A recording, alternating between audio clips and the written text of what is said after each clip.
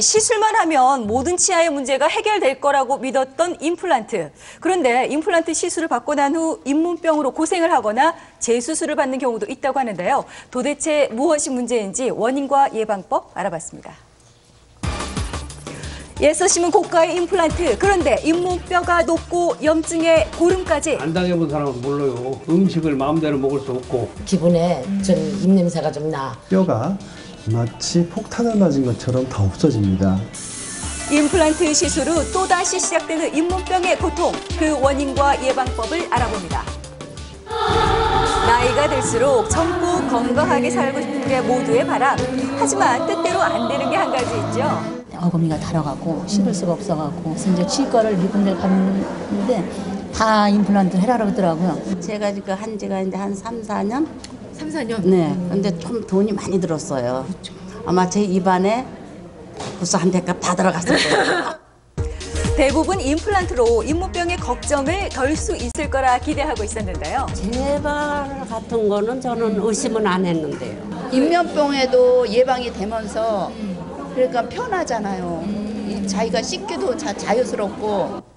인공 치아인 임플란트가 과연 잇몸병의 만병통치약이 될 수 있을까요? 2년 전 임플란트 시술을 받은 노용수 씨. 최근 음식을 씹는 게 힘들어졌다는데요. 깍두기라든가 김치 같은 것을 갖다 놓고 먹지 못하기까지 했습니다. 아삭아삭 씹는 소리를 들으면 본인 자신이 좀 굉장히 마음이 아프고 신경질이 나요. 그래서 급기야 임플란트가 빠져버리자 부작용을 의심해 다른 병원을 찾았는데요. 임플란트 주변에 염증이 심했습니다. 통체적으로 좋으신 상태는 아닙니다. 말씀드렸듯이 뼈가 하얀 뼈가 여기까지 차 있죠. 여기는 뼈가 이렇게 가다 이렇게 내려가게 되어 있죠. 이 뼈까지 손실이 된 데다 염증이 심해 고름이 나오는 것도 있었습니다. 결국 임플란트를 제거하고 다시 심는 수술을 받고 있는데요. 이렇게 임플란트 주위에 잇몸병이 생기는 이유는 무엇일까요? 자연 치아에서 치주염이 생기는 원리와 같은데요. 임플란트 주변에 플라그가 침착되고 그 주변으로 이제 염증이 생기게 되고 그 주변에 있는 염증들이 퍼져나가면서 그러면서 이제 임플란트에게 해가 되는 그런 현상들이 발생되는 거죠. 임플란트 주위염이라 불리는 이 치주염이 생기면 세균으로 인해 잇몸이 손상되고 심할 경우 잇몸 뼈까지 녹아 임플란트가 흔들리게 되는데요. 목돈을 들인 환자에게 잇몸병 재발은 청천벽력 같은 소식. 3천만 원씩이나 드린 빚을 내서 했는데 2년 반 만에 이렇게 참 이가 고장나다 보니까 다시 하게 되니까 돈도 또 600만 원이 다시 또 들어가고. 9년 전 임플란트를 심었다는 이재현 주부의 사정은 어떨까요? 한쪽이 없고 한쪽이 없든지 하면 1년 동안은 그냥 한쪽만 먹었지만 한쪽. 그럼 다 먹어주잖아. 그런데 몇 달 전부터 갑자기 없던 입냄새가 생겼다는 주부. 원인은 임플란트 주위염 때문이었습니다. 이쪽에 고름이 많이 찼다고 그러더라고. 잇몸에서 냄새 나는 거를 내가 느껴. 비싼 만큼 이가 이제 영원히 이제 아무렇지도 않겠다 생각했더니 이가 7, 8년째 지나니까 염증이 생긴 거야. 그래서 이 평소 치아 관리를 철저히 해온 주부에겐 믿기지 않는 사실. 25년 동안 알아온 당뇨병을 의심하고 있었는데요. 당뇨 때문에 하여튼 이 치아 자체도 좀 약한 편이신 거예요? 그런 것 같아요.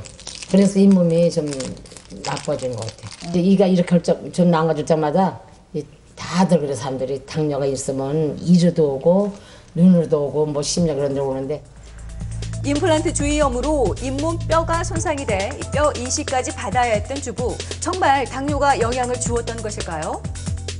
추가적인 발병인자로서 고혈압이나 당뇨 그리고 흡연 또 10g 이상의 알코올 섭취 매일 10g 이상의 알코올 섭취 등은 임플란트 주변에 뼈를 녹일 수 있는 발병인자로 볼 수 있습니다.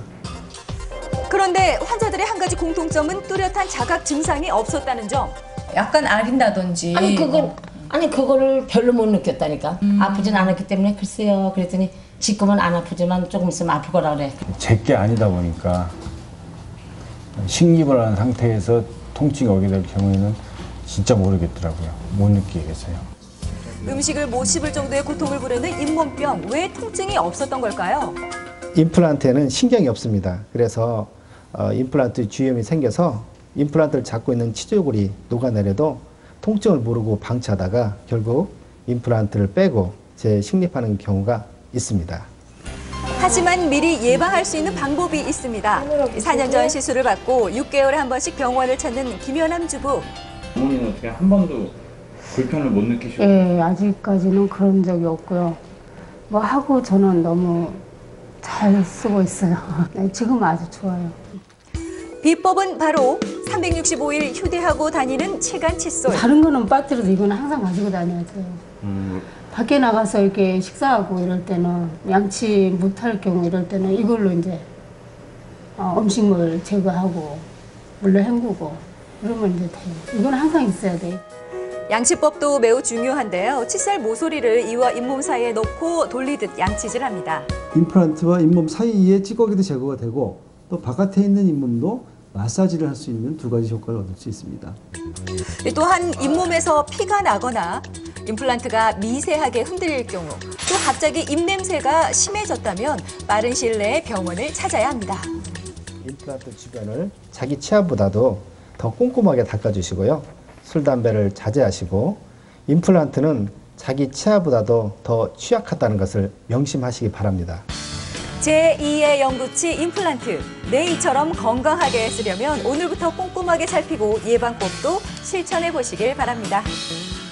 이 임플란트라는 게 좀 고가고요. 워낙 이 식립하는 동안에 기간도 많이 걸리고 그렇기 때문에 일단 다 되고 나면 끝났다 생각하기 쉬운데 그게 끝이 아니네요. 네, 정말 많은 분들이 임플란트만 받으면 모든 치아가 이제 완벽해진다라고 네. 믿고 계시더라고요. 그래서 관리를 안 한 것이 가장 큰 문제이기 때문에 꾸준히 관리하시고 6개월마다 한 번씩 꼭 정기 검진을 받아보시는 게 필요할 것 같습니다. 예. 임플란트는 그 주변에 재생을 돕는 혈관도 없고 또 신경도 없다 보니 이제 자각 증상이 없기 때문에 이런 염증에 취약해지기 쉬운데 말 그대로 정말 그러니까 임플란트가 끝이 아니라 마치 고혈압, 당뇨를 관리하듯이 평생 관리해야 되는 문제라고 생각을 하시고 치간 칫솔이나 치실을 사용하는 것도 물론이고 예. 증상이 없더라도 매년 정기적으로 검진을 받아보시는 것도 꽤 중요할 거라고 생각을 합니다. 예, 뭐 갑자기 입냄새가 난다거나 뭐 피가 네. 난다든가 이러면 빨리 가보셔야 돼요. 무조건 가셔야죠. 예, 오복 중에 하나인 치아가 건강해야 잘 드실 수가 있거든요. 아프지 않더라도 꼭 검진 받아보시기 바라겠습니다. 저희는 다음 주 월요일에 찾아뵙겠습니다.